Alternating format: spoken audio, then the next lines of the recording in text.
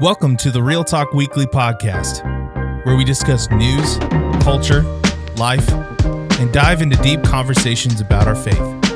Here's your host, Alan Reed. All right, Woman Wards Off Bear with Teacher Voice. Is student loan forgiveness biblical? We'll discuss these and many more things today on Real Talk Podcast.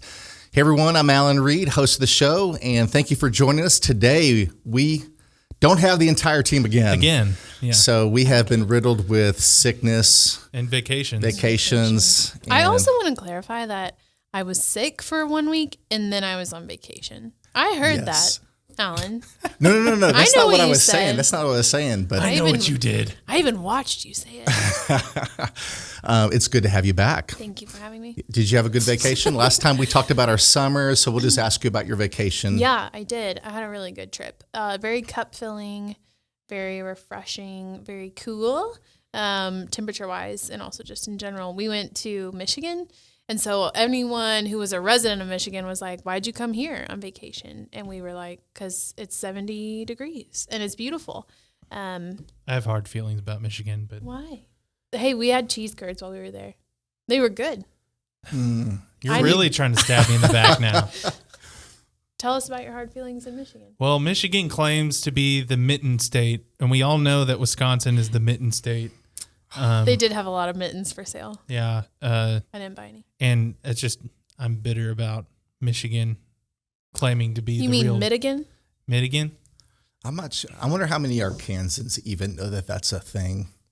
What? That it's the Mitten State? No, just the debate over who's the true Probably Mitten not, State. because it's all petty. Yeah. It has no. I've literally never have heard of our this own. until just now. Well, the fact that you just said you ate cheese curds from Michigan, but have you had real Wisconsin cheese curds?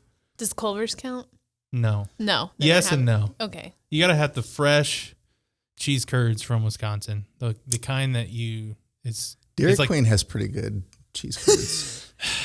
That's probably the only cheese curds I've ever had. And they were pretty good. I got to be honest, Wisconsin is like not on my list of places to travel It shouldn't to. be. It's not that great, except for Door County. If you liked Michigan, go to Door County. It's cool. It's got Dork that real. County. No, Got it. stop. You're so mean. Oh, too funny. Well, good. We're glad you're back. We began to introduce last week that we have a new format to the show. And if you were with us last week, you've heard this before, but we're going to be doing we're going to be doing 2 dishes today. Yep. Just two. And dishes. one A light deep meal. dish.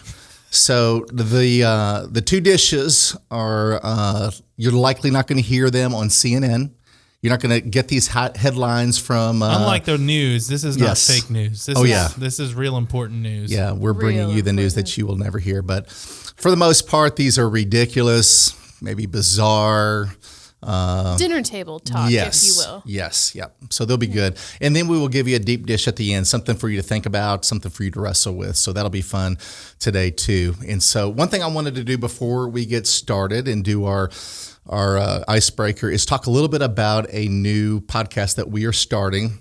And actually this Thursday, you guys are going to be able to hear the new podcast that we have on Real Talk Theology. I'm real excited about this.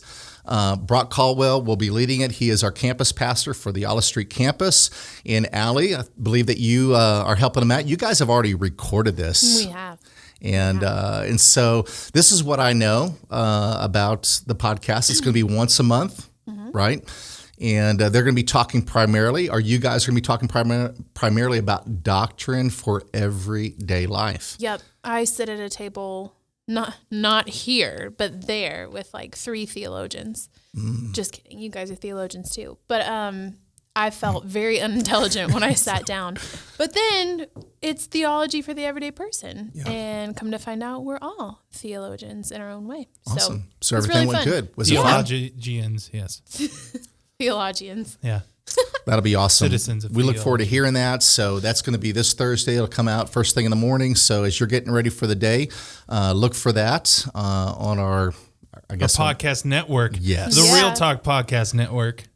So all two of them. Yeah, but we're adding day by day. We're talking to Pastor Wes about possibly doing a podcast as well. So Pastor Wes, we're waiting to hear if you really want to do this or not. He does. We know he's busy. He does. Yes, it's just adding. He's another also thing. on vacation.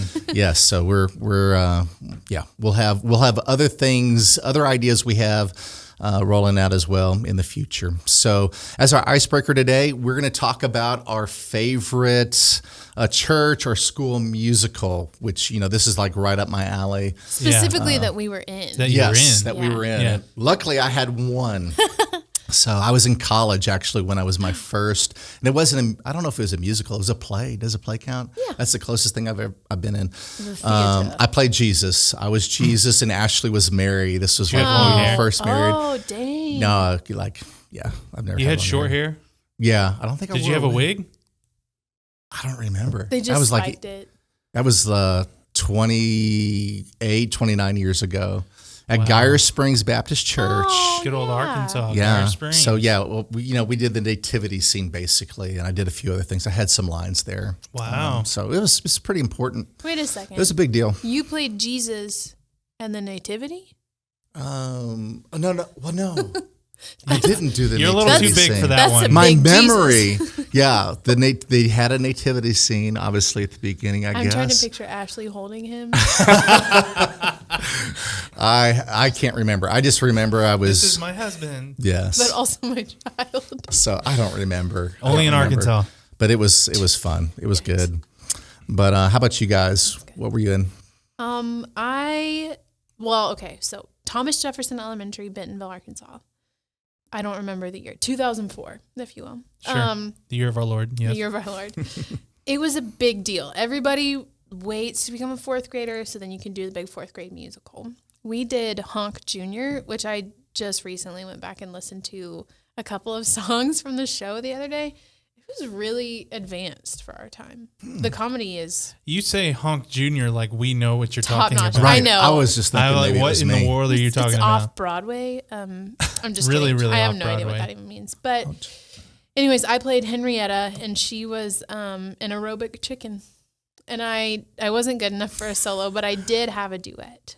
So Wow. That's hilarious. It's Videos. good. Everyone's gonna have to Google it. I've Yep. tried to find it on YouTube. It was before It's Honk Jr. Honk Jr. And my duet was in A Poultry Tale, if you find the soundtrack. That is Oh my funny. gosh. I sang the line about being mollycoddled. Yeah, Which is a big word. That when is you're a big- 10. If you can find a clip, we need to post a clip. Yeah, I'm going to contact the school for you guys. I'm sure they have I'm those sure in they the have archive. it. Yeah, right. Honestly, they do, and I really would like to see it. There you go. We know where to go. Well, mine was when I was in second or third grade. Mm-hmm. This is when I lived in Wisconsin. So, but this was my stage debut. We were doing a third grade program, and it was all like American songs. And of course, we did Shenandoah. Classic. And I got approached to sing the harmony part to the songs Shenandoah. And my mom and I practiced for She's a weeks. saint. She's a saint. Tony She's a Bullard, you're a saint. We practiced for weeks, and the day came and got up there and sang the harmony part. And my voice was so shaky that you thought I had vibrato, but really I didn't. It was just I was that nervous because, this was my first stage debut. Stage debut. And unfortunately, I still remember Jordan Larson, if you're listening, you ruined my solo. You ruined my duet because she started singing my part and we didn't have the melody part. So, Jordan. yeah. You tried playing. You tried singing the melody. No, I just went with it, and then we were done, and I walked back to the risers, and I did the fist pump. I was like, awesome. yeah, nailed it. That's so awesome. My mom was so proud; she cried. Aww. I do have a video of it somewhere, so if I could find that, Yeah. we can Just put it drop on there. that in there. Yeah, There you go. Of course. It just Little reminds nugget. me of one of the many. We talked about embarrassing moments in one of our podcasts. One of mine, like I don't sing. Like my kids encourage me not to sing at church, and in Dad, Korea, don't it's a common practice when you're going over someone's house. They'll ask you to sing. Like, would you sing solo? for us? solo or duet. So like Pride and Prejudice. So I had to do days. that before, and then and they never asked me again. And then at church, one time at church, they asked Ash and I, "Come on up, sing a song for us." And what song did you choose? Yeah, wait, what's This your is go-to important. song? A lot of the songs in Korean are translated from English. You'll give me a minute and it'll come to me, but I have the tune Was in my it head. like a Christian song or was it like a pop song? No, this was like it was a Bon hymn. Jovi. It was actually a Oh, hymn. well, that's it was a lame. hymn, and we actually knew a few of them, and we knew it in English and in Korean. We just happened to Ooh. know it, and That's casual. and so we sang that song, and it was awful. Ashley was great. She sings and she can sing well, but So it's you're just telling a me Carson nightmare. got his musical ability from He got nothing from me. Yeah. Solely from Ashley. yeah. I don't think there's anyone in my family. There's no one in my family that can sing. Can you clap? My sister can sing. I think she can sing. No, I can't clap. You So you can't. have No, no sense watch of, me. Watch me sometime. I guess you Oh, I can't. thought you were going to right No. now. I did too. I Yeah, was like, right now. watch this, No, watch this. I can't clap on beat. I can't sing. I can barely play the radio. play the So radio. it's just bad. Where the heck So- is the power button? Yes. Well, let's get gosh. into our dishes here. That's enough for our icebreaker. It's just to kind of help us loosen up, get ready, get warmed up. Feel loose. So, Allie, you've got I got a little something. what do you have? What's your dish? It's a lot of something. It's a lot. It's not just a little. So, in Memphis, comfortable city, lots of great community, Comfortable? super safe. Both of our yes. Yeah. Semi-crash I-55. Trailer Not a full. small crash, No, but no, a no, no. semi It's a trailer. big crash. Semi Yes. This is a big Crash. crash. It's a big crash. Trailer full of Alfredo sauce spills across the interstate. Mamma mia. Mamma mia. That's amazing. To which I That is a say, spicy meatball. when you're here in Memphis on I-55, your family, Mm. everybody grab your Olive Garden breadsticks, get on down to I-55. And carb a load. Yep. That would make an amazing like slip and slide. Oh. Ew. Mm, Alfredo sauce is tasty, but the smell. you're right. I mean, if Oh, you it's really straight think up It about can quickly Dairy. go to And how hot Vomit. it is in Which is Memphis actually right why now. I- Oh my gosh. yeah. Does it say what month it would be? If this was summer, it would be bad. This is my favorite quote. It's 4 words. It's the only quote in this article. And it's by someone named Bieri, and they said, "You can smell it." Bieri, was that it. sounds Italian. Yeah, that's, You can smell it. they found this Italian person just for Oh that yeah, quote. 100%. And they were hoping for something better, but they got you can smell it. was it good? We don't know. There's no context. You can smell it. Could go either way, but anyways. That's So awesome. I'm kind of sad I missed it. That's just one of those things you would like to see in your lifetime. I didn't know it was on my bucket list, but I think it's on there now. So nobody was hurt seriously. Well, There good. was one woman who was sent to the hospital with not critical injuries Yeah. from Alfredo sauce. Upset stomach from eating so much Alfredo sauce. Needed a little Some lactate stomach pill. aches. Oh my. That's awesome. Gosh. Awesome. Yeah, Got a dairy pill out. yeah. Great. She's popping her pills like, let's go. Coming down there with I've a been straw. training for this. Oh man. Oh, sick. All right. Well, put that on your dish. So That Love is it. literally Love a it. dish. Love it. David, what do you have? Okay, so we all know that teachers can be scary. Yeah. I've had many teachers yell at me before. Even though I'm an what? angel. Me too. yeah. This could be a good discussion after this article, but the article is about how a woman used her teacher voice to scare off a bear from her deck. And I do have a video clip here. Is it a grown bear or a baby bear? It is like a teenage bear. Okay. It's That makes it's sense. in the middle. Adolescent bear. Yeah. Enough. He's big enough to be concerned. Yeah. Yeah. So let me play this for you, and we'll try to splice it in so we can all hear it. But Get down from there. Get down from there. Flashbacks. Right now. Go. You get down from my porch right now. Go. What do you think you're doing? You get down. And to preface, this bear is probably the most athletic bear that I've ever seen. It's on a second. It almost looks like a third-story house, like an apartment building, but it is a house. And this bear is just like tight-roping on this edge of this, on the little fence area of the deck. And of course, she comes out and yells at the bear is like booking it to the pole so it can slide down. But yeah, teacher voices. My wife has a really good teacher voice. She taught in schools for a while, and so it's really scary when she breaks that out. Oh yeah. Run and hide. Yeah, run and hide. And cry. Most of the time, crying does precede the yelling. But that begs the question: what is the one thing that you've gotten in trouble for at school? Like, what is the worst thing that you've ever done at school that you got in trouble for? I'll go first. I was an angel, so I didn't get in trouble very often. But in 5th grade, there was this kid, and he wasn't very nice to all the girl 5th graders, and so he was being mean. And so I tripped him in the hallway.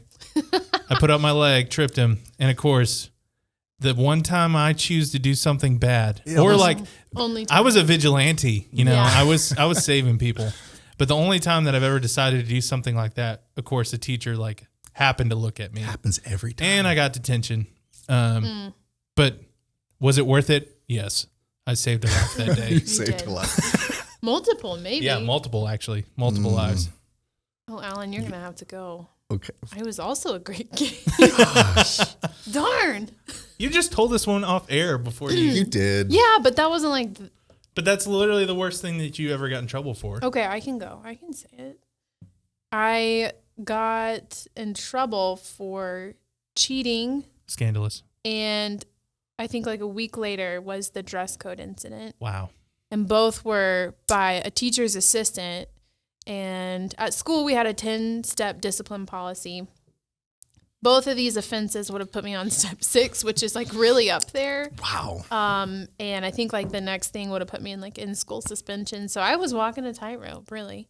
And this girl was pretty new, so I knew I had quite a bit of time left with her for the semester. But then my teacher called me in and was like, we're not going to do any of that. And to defend myself, You weren't the cheating. things that kids wear to school these days. So you're not denying the cheating, though?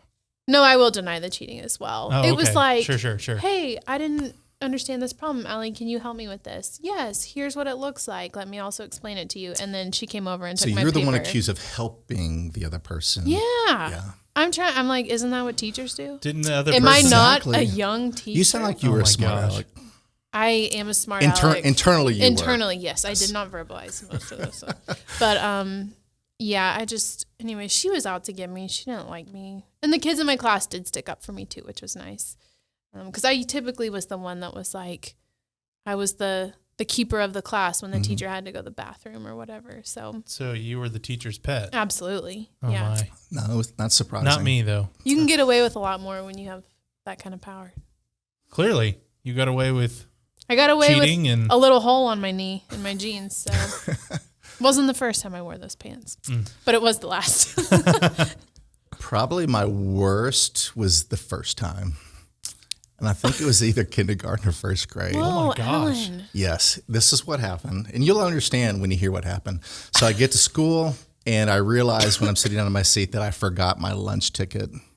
Okay. It was a big deal. So I'm thinking to myself, how in the world am I going to eat lunch? I'm going to starve to death. What's a lunch ticket? so you went into This survival is back. mode. Okay. This is back, I guess, kindergarten back 40. I was born in 72. You said wait. I said This is like in 77, 78. Oh, yeah. So this is when we first moved to Connecticut. So, from the South, from Arkansas, moving up to the great North, and forgot my lunch ticket, which if anybody knows me, no surprise, I forgot something. And so I was freaking out in class. I was sitting towards the back and realizing I was not going to be eating that day. And so I was under a lot of pressure to figure out what I was going to do Survival resourcefully. mode, yeah. Well, lo and behold, I noticed on the front row that one of the kids' lunch tickets were sitting on top of their desk. No. They were doing that. So I asked to go to the restroom, and as I'm walking by her desk, I casually swiped the ticket and put it in my pocket. As Alan. I'm Isn't that impressed. awful? As a kindergartner? Yeah, I'm impressed. So as I'm going to the bathroom, the teacher followed me into the bathroom. Uh-oh. Oh, wait. And Wait, that's Not not allowed now. these days. yeah, see, this is 70s. It's you definitely get away the with 70s. anything. Yeah. So straight to the principal's office. Yeah. This is the only time I've ever been to the principal's office. Yeah. I think that's true. double That is check, true. yeah. And, but yeah, they called my mom. My mom had to come to school. Yikes. And so that was the worst one. The other ones were like silly things. One time I had to go to detention because I ran into the door. Like on accident? Yeah, it was on accident. Yeah. This was, They sent you to detention? again, I went to the bathroom. This was in being high clumsy? school. I was a silly There's a kid. correlation here. I think I was seeking attention a lot. Okay. And so when I was coming back, I was talking to someone in the hallway as I was opening the door, and I wasn't paying attention. So when I walked in, I hit my head on the door. The teacher didn't know what I was doing. Everyone was laughing. The teacher assumed I was doing something behind her back. And so not only did I look, kind of like an idiot Giant whelp for on your walking into the door, but then I got in trouble for it. So it was just Man, it was double one of those- whammy. Yeah. Literally. So, but yeah, No whammies, no. lots of examples whammies, there. no whammies. Yes. So, yep. I'm So that sorry was about mine. that. So yeah, the teacher voice right there Yeah. totally could relate to that in a lot of ways. So we just have 2 dishes today. When James is back, we'll have 3, but we're going to go ahead and dive into the deep dish here. This one is interesting to me, and I'm sure everybody has been talking about this and even asking the very question, but there is an article out of Christianity Today that the title is Student Loan Forgiveness Biblical? And the funny thing is I haven't been looking online and seeing the discussion until I saw this, and then I'm realizing, oh my goodness, there's an entire conversation among Christians, not just others, but among Christians about whether this is biblical or not. And there's actually 2 sides to it. And I think obviously younger people, they do a lot more posting. So this is probably more of a conversation that millennials are having. But I was just really surprised at the amount of people that were talking about it that would have been what I would have thought on the other side, the wrong side or whatever. And What is the wrong side? The wrong side is whatever the opposite side of my side. Oh, yeah, is yeah. always, no. But yeah, there's just a lot of arguments, and some of them, sound pretty good when you first hear them. Just pointing back to the Old Testament, the year of Jubilee, just Which about is for forgiveness. Every 50 years in the kind of Jewish tradition, every 50 years, everything's forgiven. If you have debt, it's forgiven. If you're a slave, ties back to debt back in those times, right? Yeah. Because back then, when you were a slave, typically it's like, man, I owe this person It was more indentured a lot of money. servitude. Yeah, you were actually saying to them, hey, I can't pay off my debt. Can I work for you and pay that off over a period of time? Well, every 50 years, that was forgiven. And it was, and it did point back to God's grace. It pointed back to a lot of things, but it was also had a lot of practical reasons to it as well, economically. But then, so those arguments are being used a lot. And so first of all, before we get to the argument and what's right and what's not right, and, as Christians, we many times have different opinions on a topic. And so we don't even have to we can just talk about both sides. But I just want to ask you guys as millennials, as you guys have listened to this, when I was a kid, I think every semester, I think my college, which was expensive back then, and this was at Ouachita, Woo! back in 1990. I could be wrong on this. Those of you who are 50 years oldish and listening, I think it was like $6,000 or $7,000 a semester, which was seen as pretty high back then. And because my parents paid for mine, so I was a spoiled brat. So I don't know if that included like housing and all that, but I think that was probably about right, about $6,000 or $7,000 a semester, a lot less. Right? A lot. Now it's like, I know for my son, going to U of A, 22,000 a year, Yeah. and so almost double, practically double that amount. So, but Yeah, I want to hear from you guys. I know that the experience now, my daughter and son both went to school. Carson's is paid for, but he was a straight A student and much of it was covered. I can't afford to pay for all of it. So Sydney, we paid for a portion of hers and so did her grandparents, but she's essentially paying for half or almost, maybe a little bit less than half of her college. And it's a lot. Right. So how about for you guys? What's been your experience? What have your friends been saying? What kind of conversations are you having around this? Well, similar boat to yours, Alan. I went in to Washita. I think when I started, it was like $36,000 a year. I went in with over. Hold on, let me catch my breath again. That's expensive. It is. Yeah. I went in with over like $60,000 in scholarships, and still my parents were paying. Which I was very grateful for. My senior, I think into my junior year and into my senior year, my parents decided to just relieve themselves and take out loans for me. Yep. But also that was a conversation we had because I needed to build credit. And so the responsibility for me afterwards. So my loans are paid off at this point. But when I got married, Michael had some student debt too. So we are still working through that. But I mean, my friends, I have very few friends who don't have any student debt. And actually, it's more common to have student debt, I feel like, than not. Yep. So.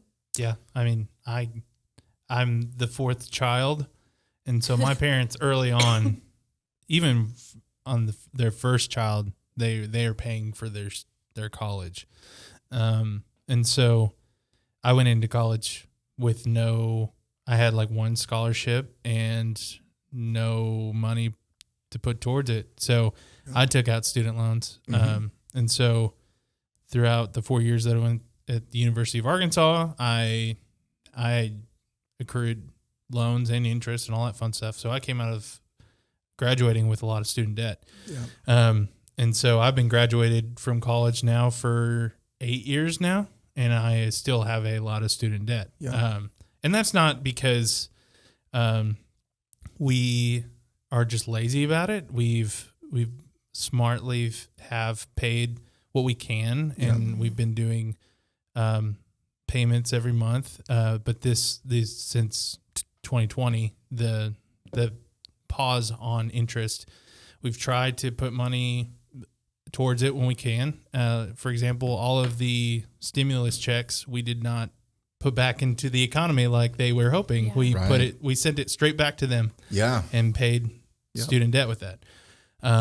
So there's a lot of decisions made, but yeah, we have student debt as well. Lauren didn't go to a 4-year college. She did a year maybe at a community college, and she just decided that what she's doing with her profession as a photographer is she didn't need to get a degree. So she originally started as early education, but she was already doing that while she was at college. So it was like she didn't have to do the degree to get the job. She already was teaching. So she smartly decided to just not take any more classes, and she just continued in her career. So, and I don't think she would ever say that she regretted not getting a college degree. Yeah. So, I think it's a common story for most people. It's now. tough. It's just because, yes, Washita is a private institution, but also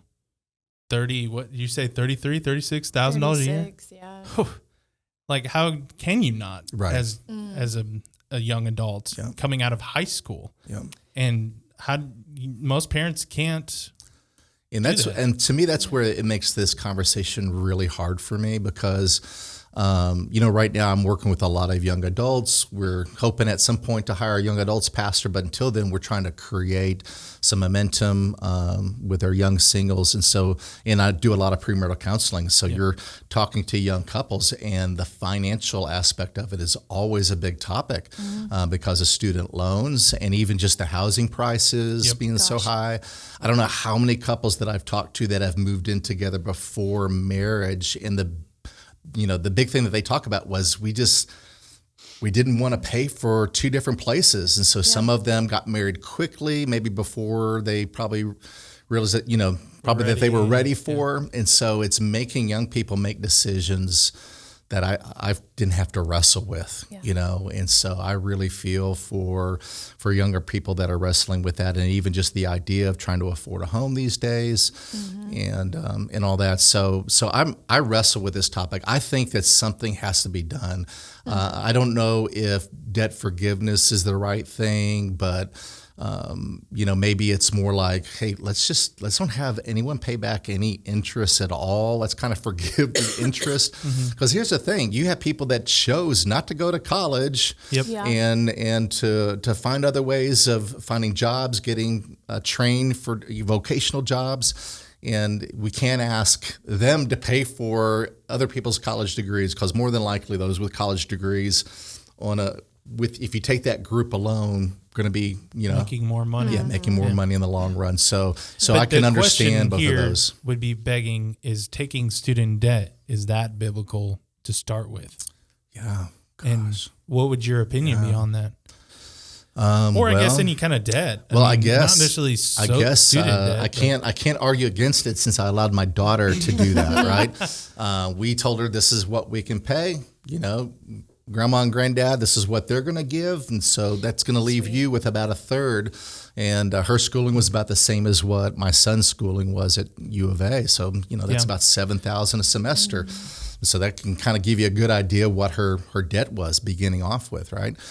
And so, but it was also one of those things where we just said, look, if you stay the course, she was getting a nursing degree, then once you get out, you're going to have to pay it back. I also pay for debt for a house. Most of us have mortgages, so I'm not a fan of it. But of the student debt? Student debt, any type of debt. I'm not a fan of it. But I would say that for those who feel called to be doctors, for jobs where you need that education, I mean, how you need to have that game plan. Yeah. How could you possibly do that without? Yeah. And some studies or whatever field that you're going into, you're not allowed to work. Yeah, without one. School. Right. I think law school is that way. Yeah. And who can afford law school? Right. You know what I mean? So I'm glad that there's a tricky. movement. What's the guy's name? The blue collar guy that's always talking about jobs. Can't think of his name right now. Mike Rowe? Yeah. Dirty really jobs. pushing it. Yeah, dirty jobs. And I love what he's doing, because I do think that, we need to remember that there are other great ways to be able to provide for a family and to be able to make income. And so less people making those mistakes. I think the argument lies between how you are taking the debt. And just like anything that we do, anything can be righteous and things that aren't like quote unquote religious, but anything that you do can also be a detriment to your walk in faith.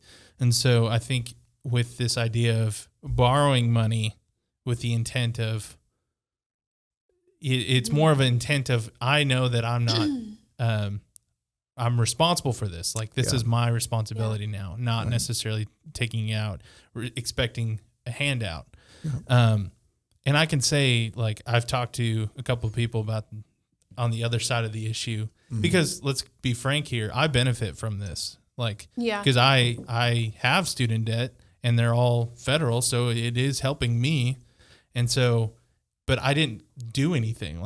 I didn't mail in to the government saying, please take away my student debt, please. Right. I chose to get a history degree. I chose to do that. And so I should have the responsibility of paying it off. But I'm in the camp of, everybody is getting hurt by this. So in some way or another, because yes, my debts are being paid off some, but I'm in turn still paying that in taxes. So there's no win here, honestly.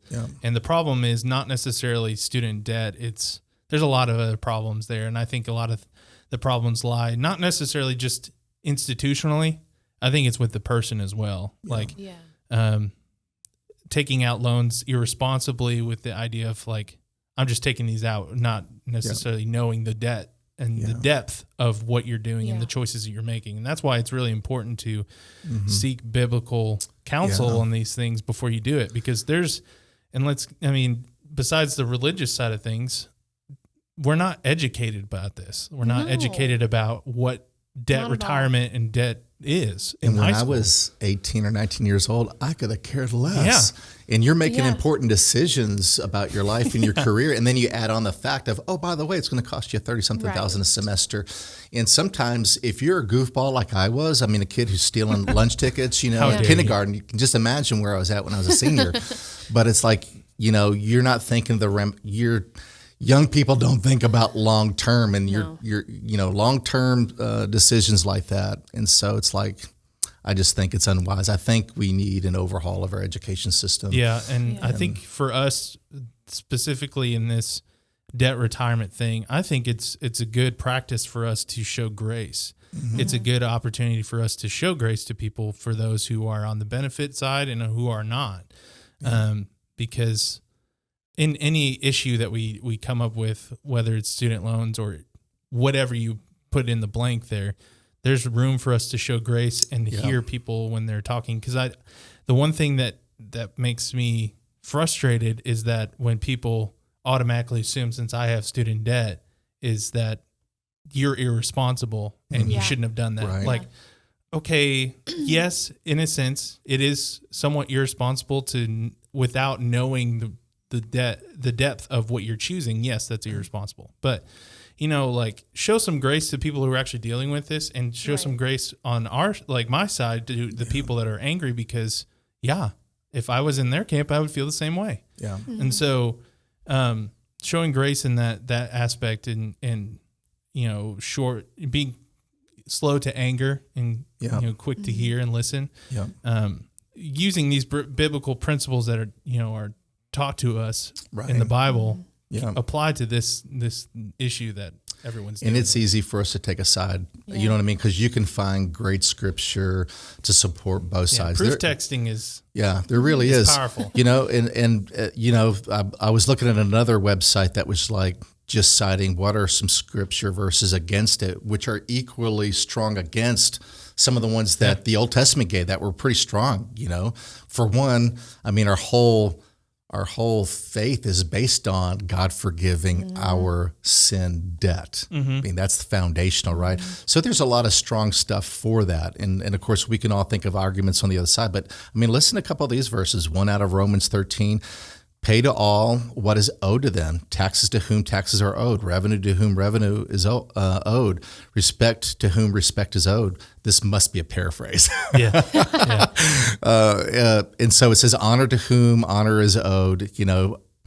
Owe no one anything, basically, is what it's saying. Psalm 37, the wicked borrows but does not pay it back. Mm-hmm. So there's plenty of verses in the Old and New Testament that are like, look, so it's not that easy just to say, well, Jesus forgave, you ought to forgive someone else's debt. Yeah. And I'm never big on pushing on society your own convictions on something. And that's, unfortunately, politics does that a lot, and they're forced to make big decisions that affects everyone. Yep. I mean, Roe versus Wade. I mean, that they were pushing on Christians. Yeah, your taxes are going to go and pay for this, and so the other side doesn't think about that, but we have convictions, in one aspect, and we're forced to live with it.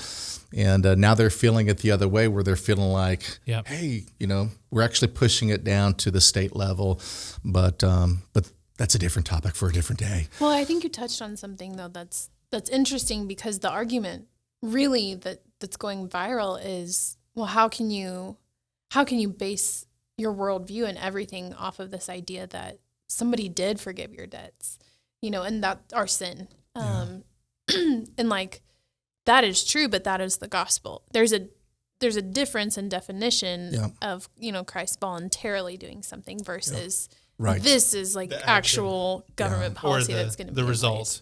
Right. And I think it's bad understanding of scripture. It's just poor understanding. And that's what's so frustrating, is that oftentimes that's what's like thrown back at us. And it's like, listen, this is a time for us to really like know the word. And that's what's going to happen. We see that introduced more and more in our culture is, okay, well, I kind of know a little bit about, the word that you believe and what it says. And so here, I'll take it and put it into context in a situation that's happening right now and see how you can handle it then. Yeah. And so it's tricky, and there's so much more to it. And I'll segue into like that Real Talk Theology. Like, we talked about this on there, so listen to it if you haven't. But every choice that we make, and even just in day-to-day things, even thinking through this morally, everything goes back to our spiritual awareness, our theology. Yeah.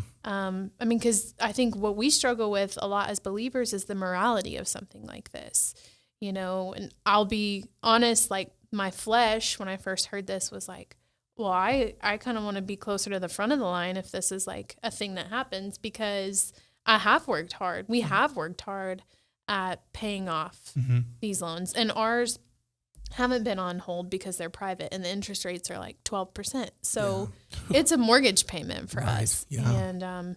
And Alan, I was telling you, like, it's hard to find joy in future planning because we feel so inundated with what we owe. Yeah. And, you know, you have to make that decision at 18. Your brain doesn't develop fully for another 7 years. And, like, you don't think about marriage and some kids. of us later. Yeah. Scientifically should be. But, like, you don't think about marriage and kids and how a choice now is going to affect all of that later. Yeah. And you shouldn't always have to. And that's the thing. But at the same time, there's like, I am responsible for this. And I wouldn't walk up to, well, I don't know. There are days that I might walk up to someone else and be like, hey, you got a couple hundreds you want to hand me to pay this? And by hundreds, I mean thousands. 100,000. Yeah. But, you know, it's just, it is a really tricky, you know, we talked about the gray a while back. This feels like a very just annoyingly gray area. Yeah. I think it's just a good analogy for us for those of us that are Christians to really think, okay, how does this compare to what Christ has done? Not necessarily it is a image or like a direct parallel, but when I'm thinking through how my debts have been minutely paid in the real world, like real life, not saying that sin is not real life, but just like in my everyday life, that my debt is being paid. How much more weighty is the fact that Jesus paid his, you know, for my sin for all eternity? Right. Like, where does that place this in excitement towards that? Like, I should be more excited about that than my student debts being paid. That's but times it doesn't. Check. Like, that's like, so for me, that's really what has been weighty on me when in this argument is like, okay, take emotions out of it, but like, let's realize there's something more here to life than just student debt. Yeah. There's more to life than just having to pay someone else's debt. Yeah. How much more awesome is it that Jesus paid our debt for our sin? Yeah. I don't want a Jesus juke. That sounds a lot like a Jesus juke, but it's a good reminder. Arguing, though. Yeah. I mean, like it was a meme that went viral, and that was that same thing. Is like people in opposition, like kind of Jesus juked it, and I'm like, we get to be the ones Jesus juking. So, I think this discussion is really good. Just as a reminder, you were talking about being gracious, both sides, or maybe it was you, David, that was saying that being gracious. It was both on both sides, and I think that what Christ has done is the motivating factor in all this, and that is that we can be gracious to each other. And my heart goes out to you guys, you know what I mean? And I think as a parent, I want to do everything I can to help my kids and everything. And so I hope that we as people can be generous, and I hope that you guys are blessed. You know, I would prefer it not to be a government mandate, but I hope that God provides in ways far beyond what you can imagine to help you guys pay that off and everything. So we talked about this a few months ago on the podcast about, you know, like finances. I think it was at the beginning of this past year. 2022. Just because you are in debt, or just because someone else has paid off your debt or whatever, isn't an excuse not to invest in the kingdom of God with your finances. Right. Because I know for Lauren and I, that's one of the big things was like when we first got married, it was like, man, if we had all this debt, could you imagine what we could have done? Like what we could do if we didn't have debts? What mission trips could we go on? I'm like, okay, but let's do that. Like, even if we have debt, let's just do that. because it's important to us. It's something that we have vowed that Christ has said is important. So we should put literally where our mouth is and do it. And so we obviously save money outside of paying debts to go on mission trips, to pay. We have a Haiti fund that's specifically a heart for us is Haiti. And we have a fund set apart that gains money every month that we put into just for that kind of purpose. Yeah. And so, yes, if you have your debts paid and now you have no more debt, okay, now there's definitely no excuse, but there shouldn't have been an excuse beforehand. Right. Yeah. And then, I mean, even more so, you should be tithing. You should be doing stuff with your local church. Like, let's invest in the kingdom of God. Yep. I read this the other day and I thought it has changed my perspective on a lot of things, but it was just a statement that all of our problems have an expiration date. And I'm like, oh, wait, that's so true. And I'm really grateful for it. I don't get to set the expiration date a lot of times, but like how much more to give in a time that this problem, if what feels like a problem is happening, and the fruit that comes from that, and it's a lot of it is emotion based, but also it's a heart change during that time, and just how awesome that is. And then to see your problem expire at some point is exciting. And that's the great thing about being 50 years old is you really can. The only great thing. Just kidding. Yeah, that's right. Man. You can see how that plays out. You know what I mean? So hearing that come from you is encouraging to me because it really is. Things can be really magnified. It is a debt. It is a lot, but over a period of time, it can be paid off. It will be paid off. It'll work itself out. Just be intentional with what you can do today. And everything. So you guys said it well. I don't think there's anything else left within that. Everyone can go online. You can see both sides of the issue, and you can see good points made from both. I think the reminder for us as Christ followers, let's live, connect, and love on people, and be gracious to people, and forgiving like Christ has for us, and all that. So thank you guys for joining us. Make sure and hit the like button, share this with somebody else, and join us this next week as we'll have more dishes and more deep dishes for you. Please comment and send us funny stuff. If you've got an article, send it our way, right? Please. We're so bored with each other. Oh, man. And don't forget, this Thursday, listen to our Real Talk Theology, and I know it'll bless you. So have a great day.